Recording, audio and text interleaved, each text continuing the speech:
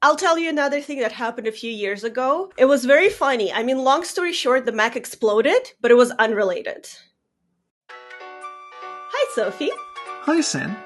Hi, everyone. And welcome to the Snack Covenant, episode 331. Sophie. Yes. Do you remember who Trager is? No.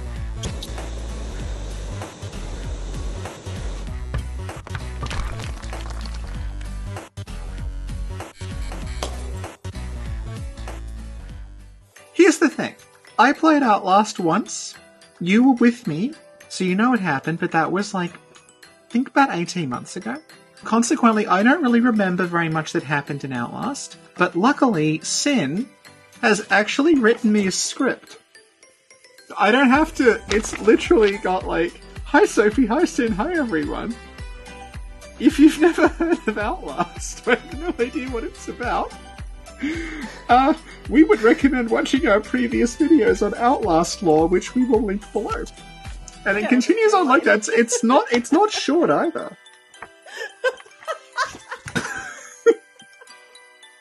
So, my job in this episode is just to I could literally have pre-recorded my entire appearance in this episode separately, and she could just edit it in. If it makes you feel any better, I'm reading off of the same script. What do you remember of Trager? So, there was a bit where I was in a room, and there was a guy who talked like Patrick Bateman. He cut my fingers off with a pair of scissors, and then the story ended in an elevator. And I don't remember if he fell down the elevator shaft, or he was crushed in the elevator, or he just died in the elevator, or we pushed him out of the elevator, but an elevator was central to the denouement of the Trager story. And that's all I remember of Trager. In terms of the rest of Outlast, I remember that you played as a character called Miles Upshur.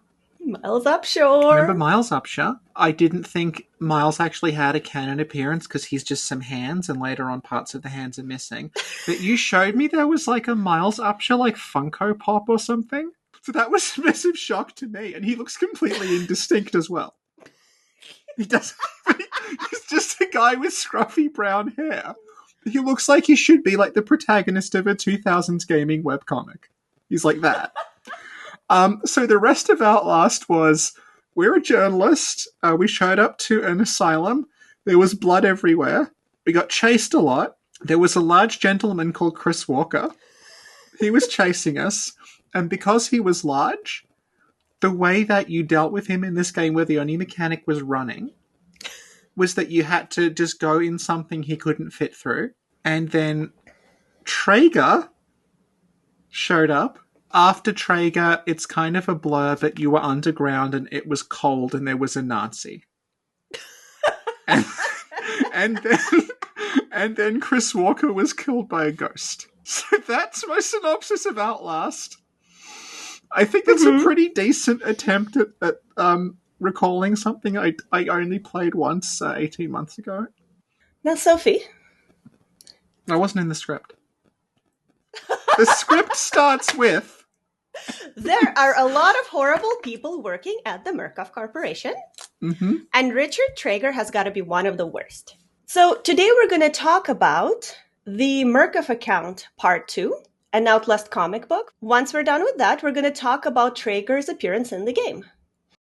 On October 4th, 2012, the Murkoff Human Resource Department received an anonymous email, a complaint concerning events happening at Mount Massive Asylum. Now, Sophie, may you please read what the email says? Is it in the script? Yeah, turn to the next page. We're on the next page already. I can't read. Look at that. Okay, for reference, Sin's pasted a screenshot of Outlast in here, but it's this big, and that's all text. I am writing to report security neglect at the Mount Massive Charitable Hospital in Mount Massive, Colorado.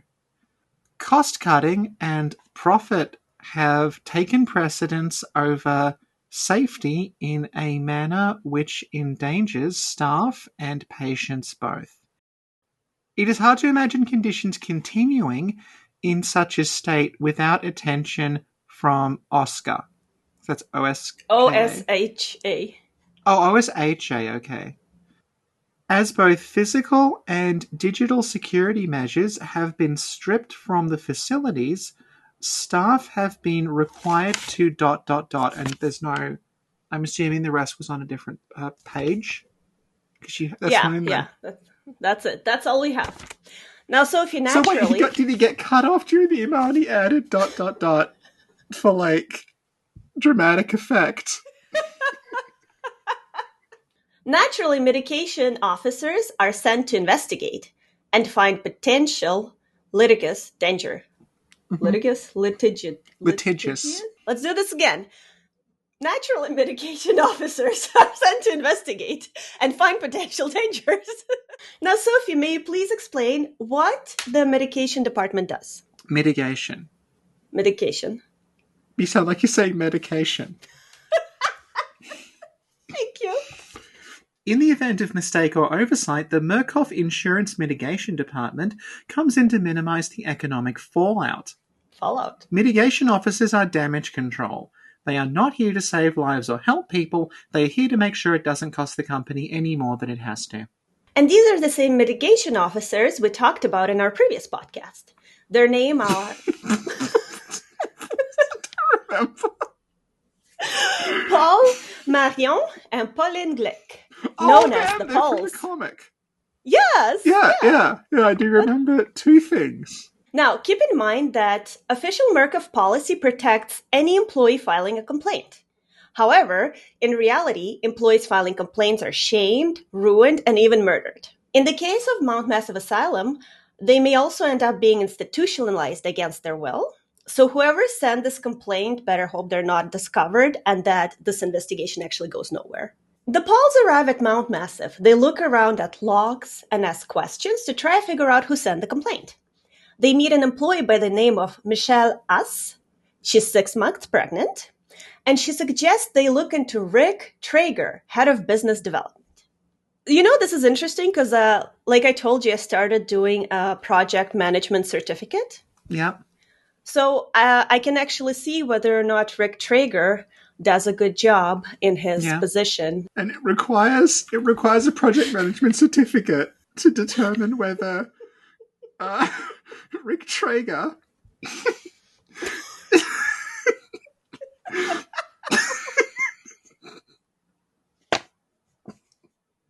is doing his job properly.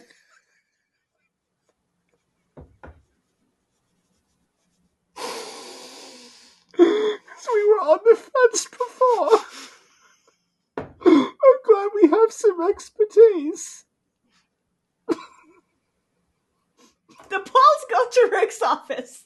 Sophie, could you please describe what Rick looks like? He looks like that. It's that guy, but it's really small again.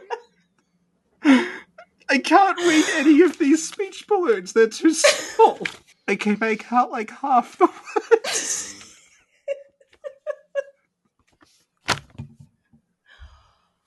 Okay, thank you, Sophie. Now, this is how Rick greets them. He goes, "Hey, I'm happy to help. I'm a team player, and I want you guys on Team Rick." Okay. Yes. You good? You said okay like you were going to say something. No, I'm agreeing with you. That is, in fact, what he says. Okay. So Paul asks him some question, and Trager is trying to act very cool, but the entire time he's very obnoxious. The Pauls notice something is not right with this guy, and that he's hiding something, because I think you mentioned that one of the Pauls is an undiagnosed empath. In the previous game, in the previous comic, when he went to Chris Walker's house and, like, I think saw a decapitated head. Oh yeah, and they realized there's something's up. Yeah. So, to get more information out of him, Pauline invites Trager to dinner. Mm-hmm. And during dinner, Trager tells her the following, which gives us some insight into his past. Sophie? And Daddy said, "Buddy, don't go to medical school. Doctors are on the wrong side of litigation." Of course he was right. I've sued more. After dinner, Pauline and Rick go to Rick's place. So while he's getting drinks, Pauline looks around his apartment trying to figure out what he's hiding. She finds his internet passwords written on a piece of paper, a Coke stash, and the American Surgery Journal. And his dirty magazines, you left that out. Focus on the script that you wrote. Here we're shown like his personality and the idea that he never really got over the fact that he could have been a doctor. Yeah. Another thing Pauline finds in his apartment is a pamphlet for an abortion clinic. Yeah. At this point, Trager is back with the drinks. As Pauline takes a sip, she realizes Rick put something in her drink. So she points her gun at him, makes him finish her drink, hits him, knocks him out, and to keep herself awake, she consumes Trager's cocaine. Mm-hmm. She then calls Paul to pick her up. She also explains what went down and what she discovered. What happens next is the Pauls go to Michelle A's house. They tell her that they know she's the leak, and Michelle explains the situation to them.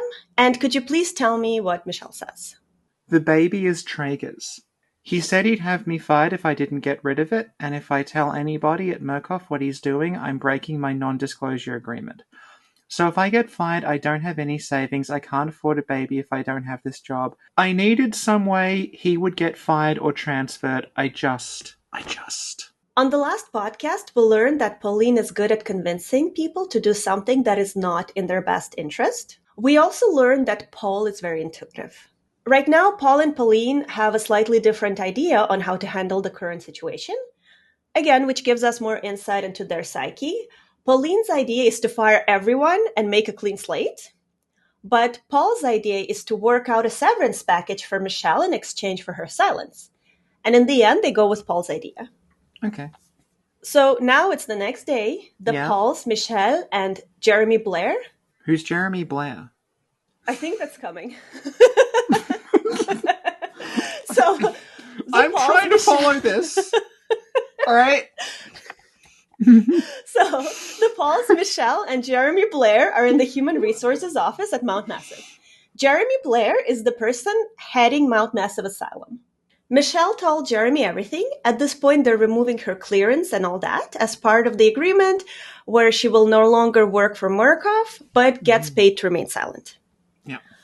Now is when Richard Trager bursts into this room where everybody's at. Mm-hmm. And he's like, all women are lying. And Michelle's like, well, it's too late. They know everything. And Rick is like, well, you can't prove anything. And then what he does is he grabs a pair of scissors and stabs Michelle in the stomach. And then Paul tackles him. During that, Rick accidentally stabs himself in the leg and hits the ground. And then he bites Paul's arm as Paul is trying to restrain him. But then Pauline comes in. She pushes Rick's head toward the shredder and turns the shredder on. So his hair gets caught in the shredder and part of the skin and the hair is chewed in there. Good. That's really violent.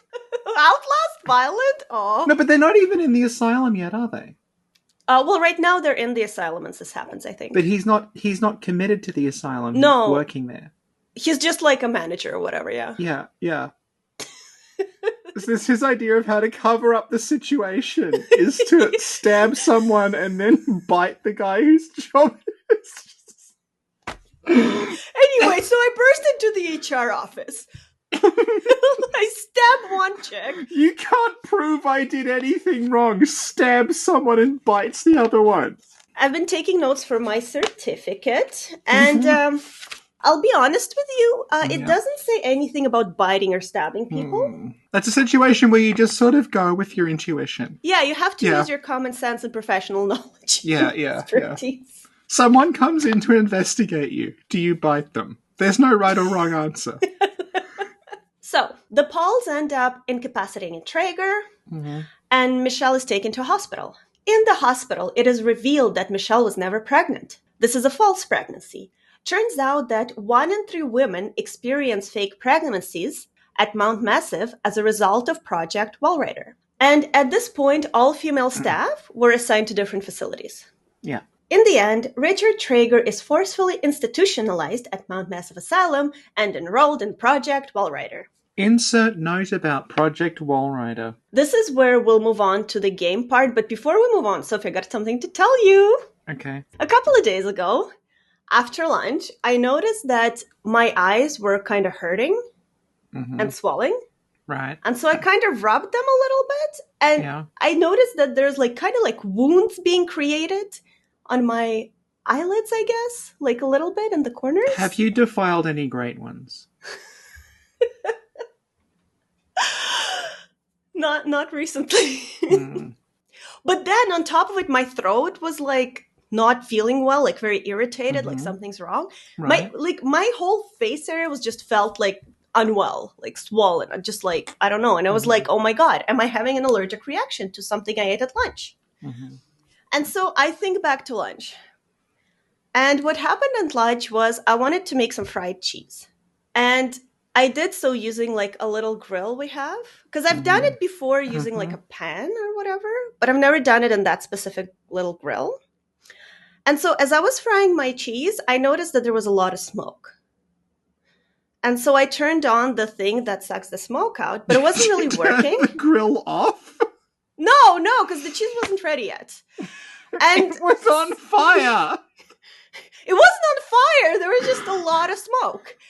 And I was like, so I turned on the thing to suck the smoke out, but it wasn't doing that great a job because there was too much smoke. So then I kind of opened a window, but I couldn't leave this area because I'm like, okay, if the smoke gets to the fire alarm, it's going to start beeping. It's going to be annoying. So I was kind of like standing there trying to tell the smoke to go to the window.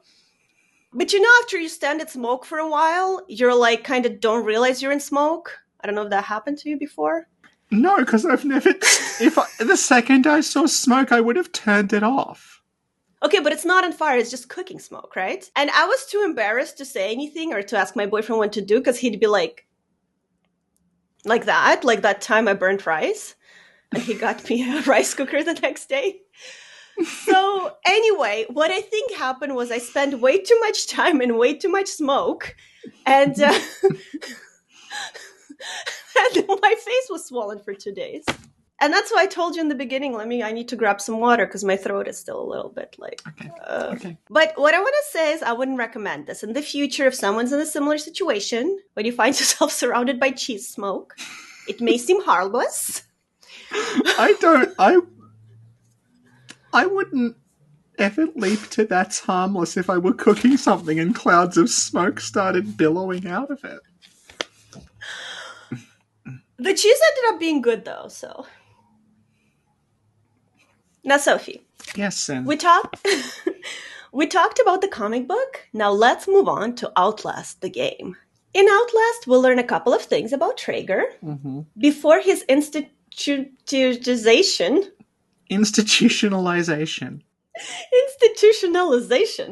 That's just the sentence. That's just what I wrote before. What you've written is, in Outlast, in the main game, we learn a couple of things about Trager. End of sentence. New sentence. Before his institutionalization. End of sentence. New sentence. This is what we know about him before his institutionalization. : His name is Rick Trager. I'm gonna pause out. You know what this reminds me of? Doesn't remind me of anything because I've never been in a situation like this before. Okay, the cultists will know what this is. I think it went something like, she's also Boots.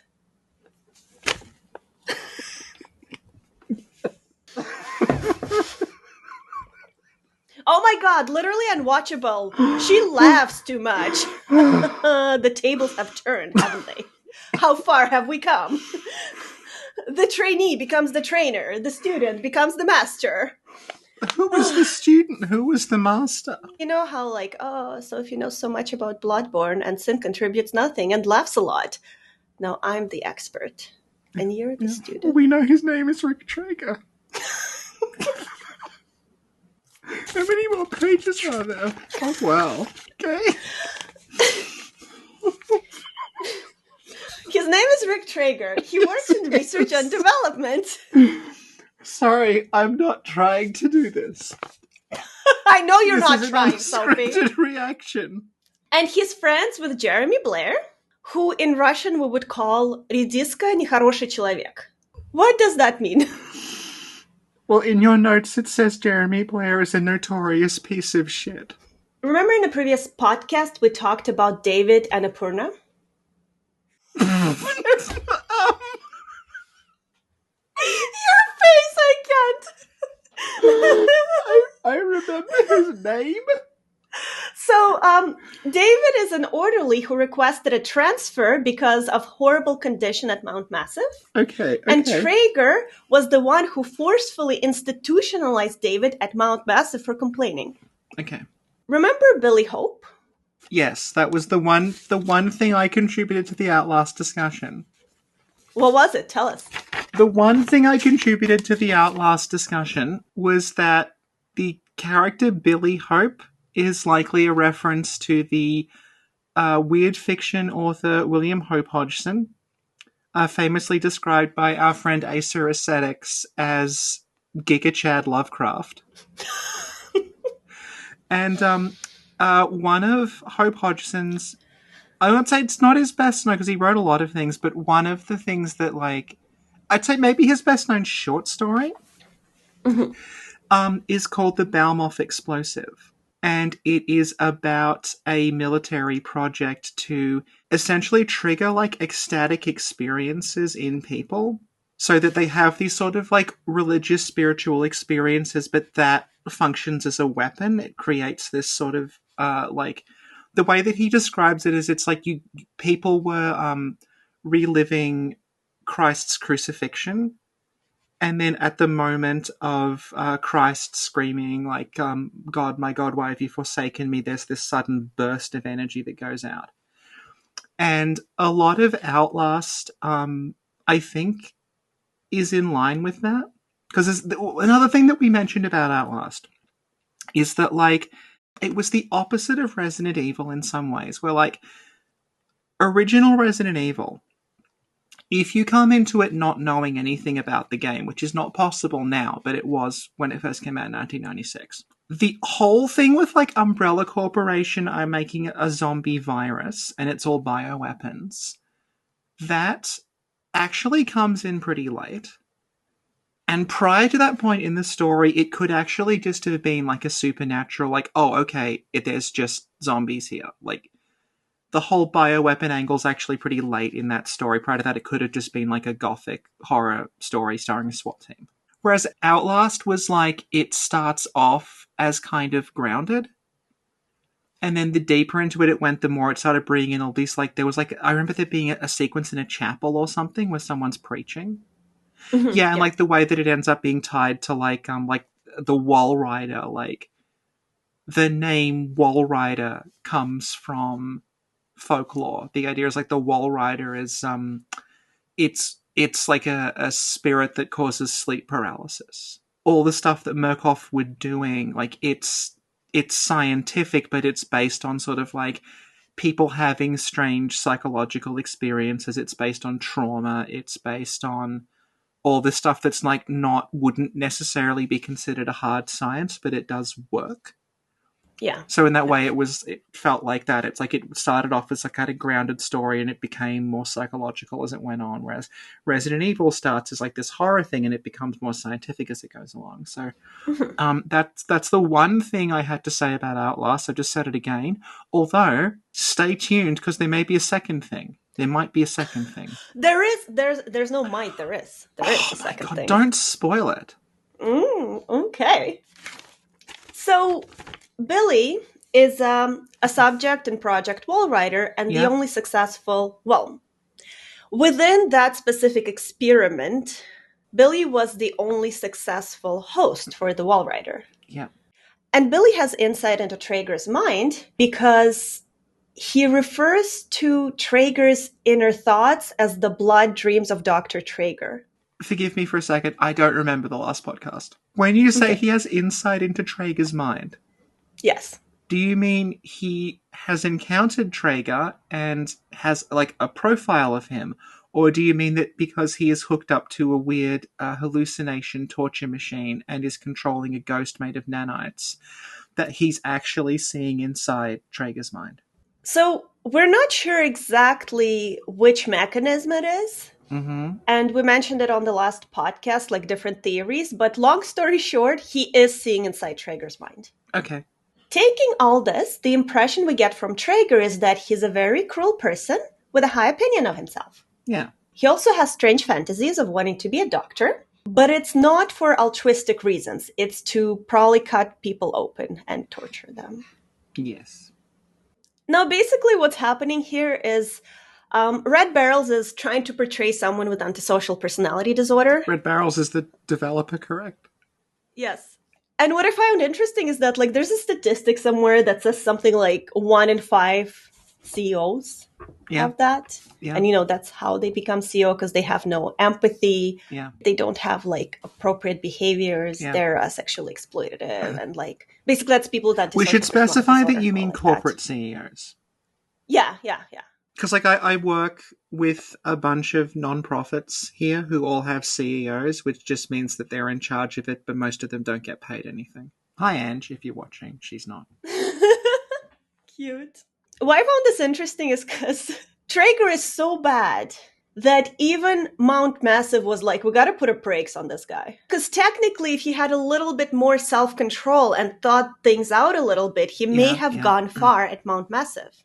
He gives off extremely strong Patrick Bateman vibes just from, mostly from the performance. Mm-hmm. Yeah. Yeah. So I'm pretty sure that's what they had in mind.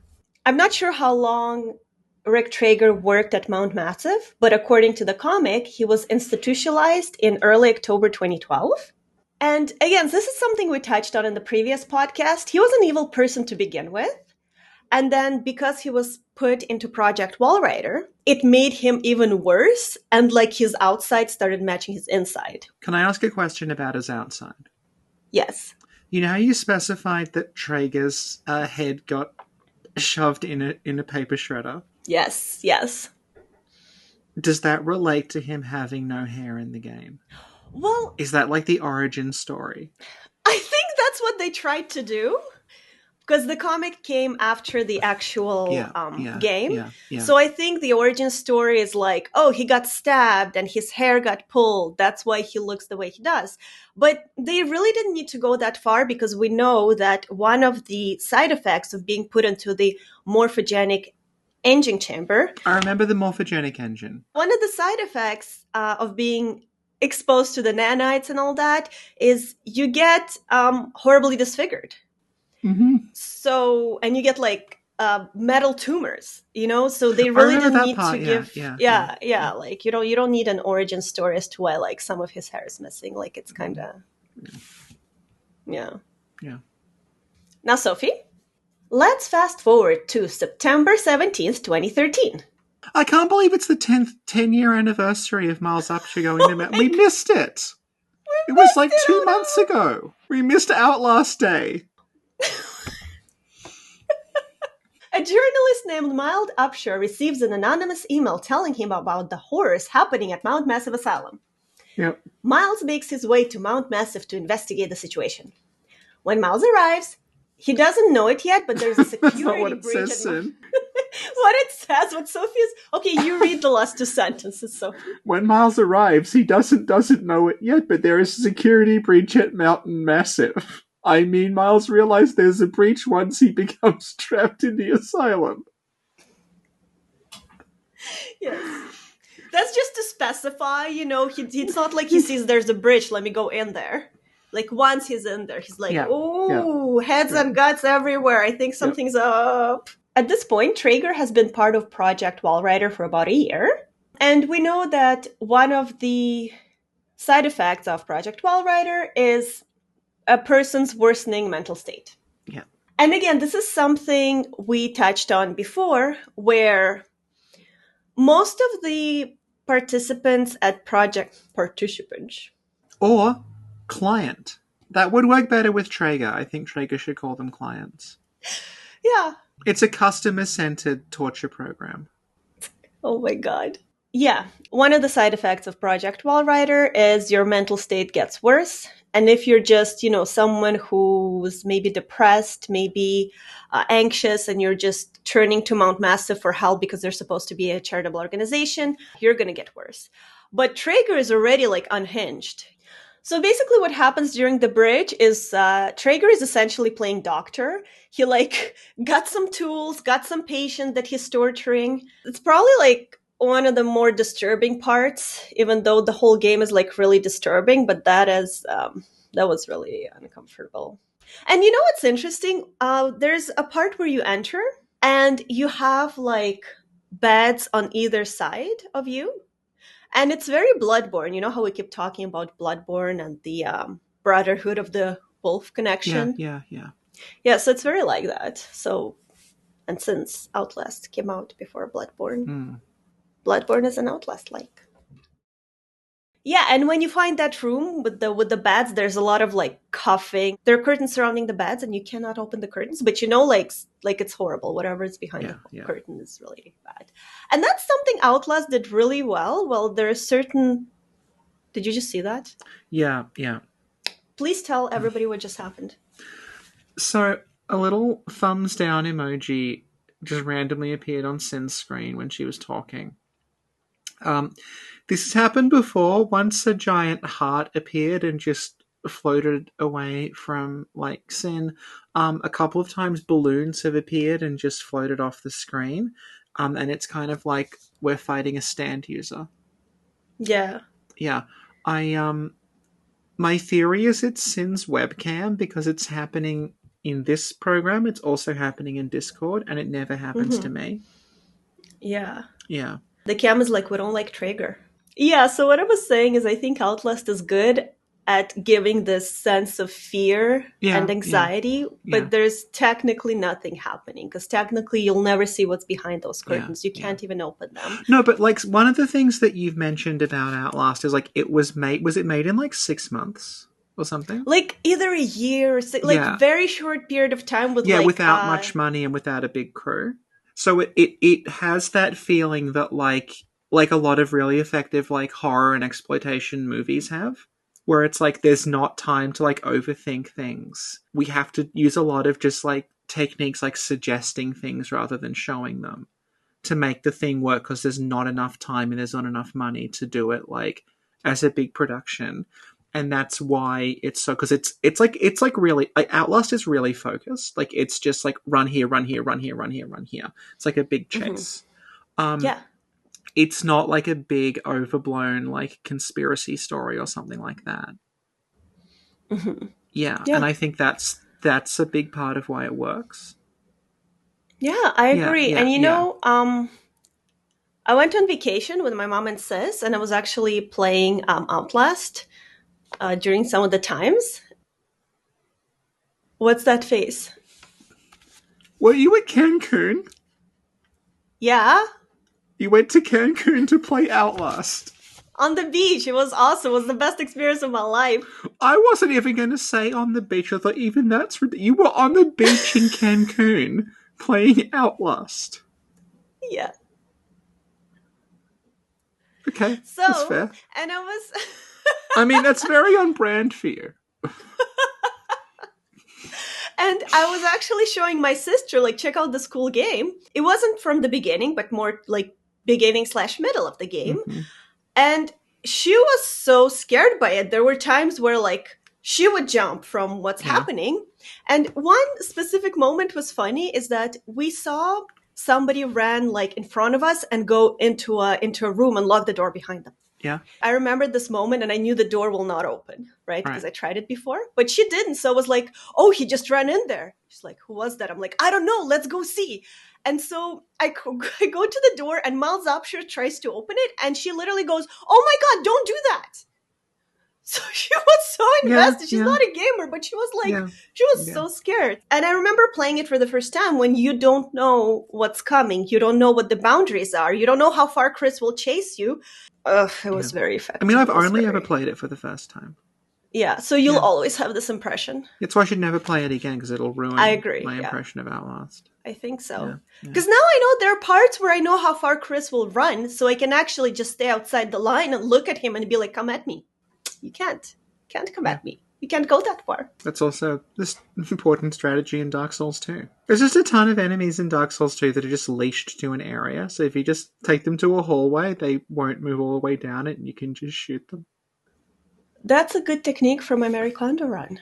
I didn't know that. Because I only use like big swords. I don't use ranged weapons like a casual, you know what I mean? Yeah. I actually, okay, let me tell you something. Let me confess something to you, girl. I broke that rule only once in my life for only one game, Armored Core. I understand. So my boyfriend, okay, so when I was playing Armored Core for the first time, at some point he's like, oh, you know, when you get to Ibis, don't get discouraged because it's a hard boss. Like, don't give up because I know sometimes I don't want you to give up. Blah, blah. He's giving me all this speech. And do you know what I say, Sophie? What did you say? I beat Ibis yesterday. And he was like, you did what? I'm like, I beat him. And he actually had to go on Google and show me the picture. Like, you mean this person? You mean this? I'm like, yeah. Oh, guess who in our family didn't get the third ending yet? Your sister. That's right, but also my boyfriend. Oh. And guess who in this family has beat the game technically at least twice, but also replays the missions constantly? Because they're good? You! Me! I know! Yeah, I know. He said something else and I was like, oh, you know what else? Okay, another, last one, Sophie, I promise, last one. So, you know the Michigan mission? Where you go to his house and technically I think you should be arrested for like killing his entire squad and him. My boyfriend was like, oh, this mission coming up, you won't be able to beat it with guns because you'll run out of bullets. Yeah. So he gave me the setup with the bad cooks. Yeah. And I forget what else. And obviously, like, I finished the mission, I beat it. And then I was like, boyfriend said I can't do it with bullets because I'll run out of bullets. He said it because he ran out of bullets multiple times. He almost like gave up on that mission. Yeah. Well, I'm not my boyfriend. So I equipped guns and went in and did the mission and I was fine. And I had to tell him and call him a filthy casual because he wasn't able to do that. For anyone who's like unfamiliar with how this podcast has developed over time, since boyfriend actually used to do quite a bit of audio cleanup for us because he's also a musician. And what's happened is Sin is now using a program that cleans up the audio for us, which means he doesn't have to hear these. And she's just cutting loose in a way that she wouldn't have before.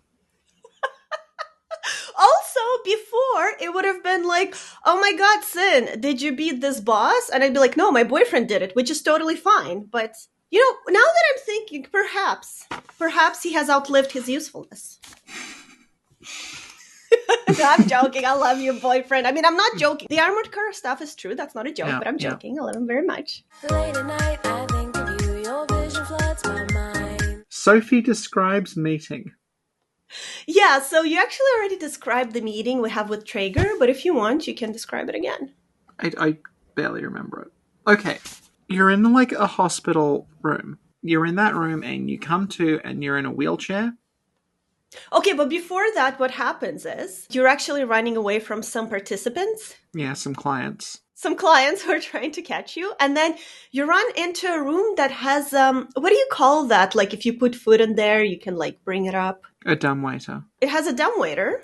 Yeah. And then you open it and you hear a voice like, hey, come here. I'll help you type deal. And so you get into the dumbwaiter and you get elevated and you think like, finally, I'm safe. I found a friend. And it's like, boom, it's Trager. And he like punches you and knocks you out. Yeah, I don't remember. And then you find yourself in the wheelchair. Then you're in the wheelchair. So Trager, like, he mutters a lot and gives you like a bunch of speeches. Yeah. Which are like Bateman-esque. And there's that like contrast between the fact he's talking as like this very sort of smug, condescending, like corporate guy. But he's like, is he nude? He's nude with like an apron. Yeah, and he's nude with an apron and he's clearly like gone slightly mad. And he's in this like dark room and it's just this, I remember the juxtaposition a lot of like the way Trager is talking versus what you're actually seeing. It's like he's deluded into thinking that he is a doctor. Yeah. Which is what I initially thought. And it's still kind of true, but it's he's more in control than you would think. Yeah. You've got written down here, blood infusion thing on his arm. I don't remember that. Yeah, he has some weird blood infusion contraption going on his arm. Is it like the blood infusion arm from Morbius that's only in the trailer and never in the movie? Maybe. So, when you were talking about how there's a juxtaposition between what's happening and how he actually talks, Yeah. I want you to read this note by Trager, if you may. Patient status report by Rick Trager. This patient also, unfortunately, didn't make it. I tried my best, but I'm just a doctor, not a miracle worker. And I'm pretty new to this whole doctor thing, so I'm still working out all the kinks. Anywho, somebody's got to cut the fat from this Project Walrider disaster. We've been bleeding money ever since this thing went tits up on account of that Billy kid. But I've managed to slim back personnel by more than 80 people, which means short-term savings in salary and long-term savings in pension and healthcare costs. And I've been figuring out a thing about biology. I was on the fence about it before, but I can now say with absolute certainty that a person can't live without their kidneys. You learn something new every day. So what do you think? Does this subtly suggest something about Trager? I feel like you don't even need, you could just forward that. And that's enough of a whistleblower thing. That's on the internal network. But what I wonder, though, is how he got access to this. Because this is him roaming in the hospital at the same time as Miles Upshur. So this is after, the breach. So maybe this is meant to be like a handwritten scroll. Or maybe he typed it and printed it somewhere. Because where do you find it?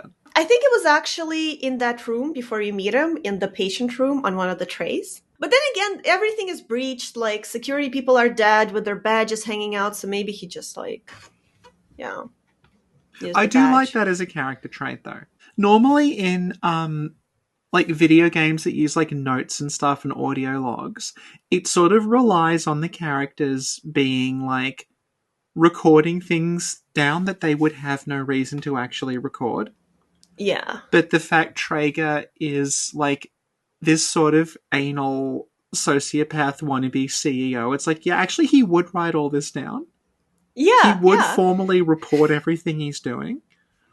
It's important because he would want people to learn. Yes, he on what people he's doing, to, right? He probably keeps minutes when he's slaughtering people. Yeah. Yeah. No, he wouldn't keep minutes. He's too good for it. Maybe he had someone type it up. Okay, yeah. Maybe that's what actually happened. Maybe he found someone who was still not murdered by the Walrider in administration, and he was like, okay, I'm going to dictate something to you. I need you to type it and print it for me, please. He wouldn't say please, though. No. Okay, this is good. We're discovering the undiscovered things of Outlast. Yeah. Hi, boyfriend. How you doing? Okay. Boyfriend's okay. Right. Sophie, may you please describe Trager? Okay, so my memories of Trager was basically that there was a scary nude man with a pair of scissors. And I've since Googled Outlast Trager and looked at some screenshots. And it's doing that thing where, I remember Outlast looking a lot more normal than it actually does, because I think a lot of the game is in the dark. So when I'm seeing just parts of a face, I'm assuming it's just oh, that's just a dude. And the same thing happened with Chris Walker, where it's I just assume that's just a very large man. But then you look at the actual character model and it's an enemy from Fallout, or the nemesis from Resident Evil. It looks like his monocle is fused into his head. Yeah. If you showed me a screenshot of Trager without context, I'd assume they were a ghoul from Fallout. You've described this before, how, we're bound to a wheelchair and Trager cuts our fingers off. Yeah. I've mentioned that in passing. How we escape from Trager is that we, unbind ourselves from the wheelchair. There's a whole chasing situation where we have to run away from Trager, by finding a key, by, opening an elevator. And at the end of it all, he basically gets crushed, kind of squeezed by the elevator itself. Yeah. And then Miles is like, how do you make Traeger juice? Squeeze! You just watched someone die horribly. Who is he talking to? Firstly. Like, this makes you look as unhinged as Trager. Yeah. After all this, Miles still has his good sense of humor. You gonna do something about the constant bleeding from the stumps of the fingers? Because, I mean, like, you're doing your project management course. Yeah. I got my first aid certification renewed yesterday, so I feel like I've got something to contribute here. Yes. Which is that Miles should really be gripping a bandage as tightly as possible to put pressure on the wound. And then you should wrap like that, and then you wrap around in like an X pattern to keep it there, and then you apply a pressure bandage. Yeah. But I don't know how we do that because he'd have to bandage both his hands. He actually could ask for help because throughout the game, some of the people help him. Yeah. Now, Sophie. Yes.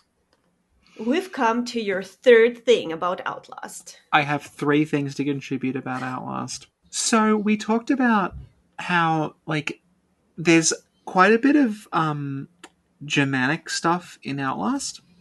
Mm-hmm.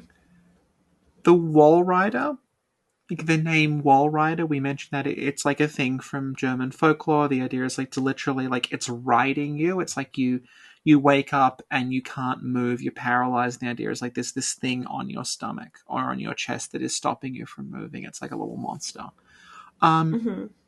So there's I think reasonably well-known, terrifying German children's book called Straw Peter by Heinrich Hoffmann. And it's a series of, like, fables sounds wrong because I don't know if there's a great amount to learn from them. They're just horrible things happening to people. But, yeah, it's a series of stories about basically, like, children who have terrible things happen to them. And one of the stories is, I think it's just called The Story of Little Sucker Thumb. And it's about a boy who won't stop sucking his thumb. And his mother says, if you keep sucking your thumb, the scissor man will come and cut your thumbs off. Never guess what happens. I won't spoil it. Oh no. But yeah, so the imagery of, like, this sort of, like, very tall, thin person with a pair of shears coming and cutting your digits off, I think that it might potentially have come from Straw Peter if they were looking up sort of, like, nightmare imagery from that region. It's like one of them was like, we want to be like anti-corporate, so we have to have like a Patrick Bateman guy. And someone's like, we should really have the Scissor Man from Straw Peter. And then they're like, what if we combine them? And that's how they made Trager. We only have enough budget to make one character. This may have been part of it. Yeah, because they actually did mention how they didn't really delete assets because they were on a tight budget, but they would reposition things. You know? Now, Sophie. Yes. To end, I actually wanted to look at a really cool Traeger page on outlast.fandom.com/wiki/Richard_Trager. And here they have trivia. That's really fun. So I wanted us to go through their trivia. Some fun Traeger trivia. Do you want to read them? Well, all of them. Happy smile, happy face. The name Traeger may be a reference to the Traeger approach. Do you know what the Traeger approach is, Sin? I forgot.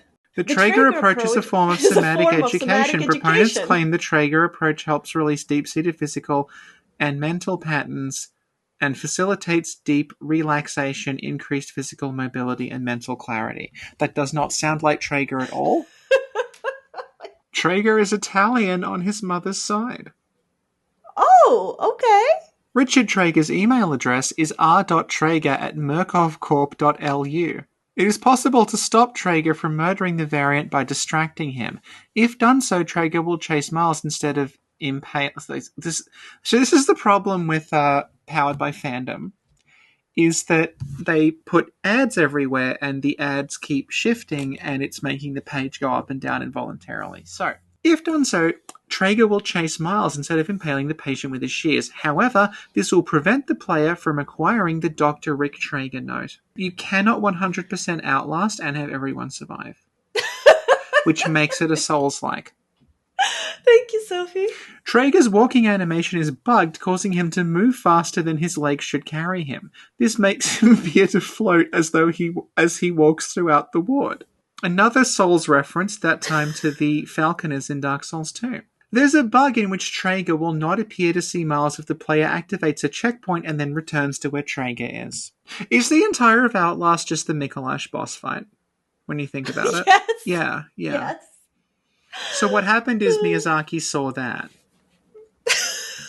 And he built the climax of Bloodborne around Outlast. In the game's configuration and on the soundtrack, Traeger, is referred to as Surgeon.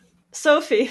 Yes? When you said Richard, it just now clicked. Like, I actually used to have a previous co-host. Yeah.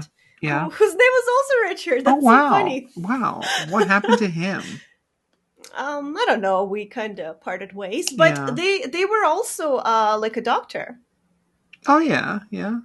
Interesting. Yeah. It is implied that after mutilating his fingers, Traeger would have gone for Miles' genitals and then his tongue had he not escaped. Oof. Trivia. While everything he says is clearly filtered through a fractured mind, Traeger's talk about how money has evolved from something solid like the gold standard to an article of faith does reflect the current state of modern economics. His talk of turning the consumer into a means of production is also a concise resume of Rudolf Wernicke's research, which alters the cells of the human body to become nanite factories. There's like some real serious like Outlast head who's written that. And they're going to watch this and be appalled at how we've not said anything that clever at any point. We can do Traeger part 2 where we go through his dialogue where he says these things. It's just at this point. I want to no. Listen to me. This is important. This is important to everyone. Okay. I want you to understand something. Sin has ended every single meeting with we're doing Traeger next weekend for over 6 months. This script refers to Traeger as episode 298. This is now episode 331. That is close to a year's worth of content has passed since this script was written. The script we haven't followed about a character I don't remember from a game I don't remember. And she's now saying we're doing fucking part 2. I'm not playing along with this. The thing is, yes, I did want to look into his dialogue, but it's just, we're already an hour and a half into this, and I'm like, it's too much. Let's just finish with the trivia and see where the year takes us. It's December. Sophie, what's the next trivia? Traeger's voice actor, Alex Ivanovici. No, you missed one. In Templegate Town Square. I don't know. Sounds like a shopping mall. Richard Trager's torture methods, fingers first, then balls, then tongue, can be found written on one of the basement walls as an Easter egg, okay? So that's confirming the earlier piece of trivia that that's what he would have done to Miles. Last piece of trivia. Trager's voice actor, Alex Ivanovici, was nominated for Outstanding Performance in a Video Game at the 2015 ACTRA Montreal Awards for his performance in Outlast. Note: the characters' heights are based on measurements that were calculated using Autodesk Maya. This process is conducted by extracting the character models in their respective games and importing them into the aforementioned program. Some heights may vary due to the circumstances of the model's designs, e.g. Miles Upshur's character does not have a fixed head model. Billy Hopes is bent to fit into the morphogenic engine. Rudolf Wernicke's is designed in a sitting position and also attached to a wheelchair, etc. The default measurements are done in the metric system, which are then converted to British imperial units. These heights are not official and subject to change. It's just growing and shrinking. Should the developers provide their own statistics, the current measurements will be moved onto this article's trivia section. This is really, there's some real dedicated Outlast people running this wiki, and I'm sorry if any of them fucking listen to this. Sophie, do the outro. That was the Snack Covenant episode. I'll just cross this out. Episode 331. Richard Trager. Who was he? What's he like? What's he do? I don't remember, because it was a year ago. Sin remembers, don't you, Sin? Yes, I do. Thank you. Thank you, Sophie. Thank you, Sin. And thank you, everyone, for listening. No one's fucking listening at this point.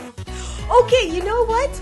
To see who made it to the end, we're going to implement a classic podcasting tool called the code word. What's the code word for today's episode? Script.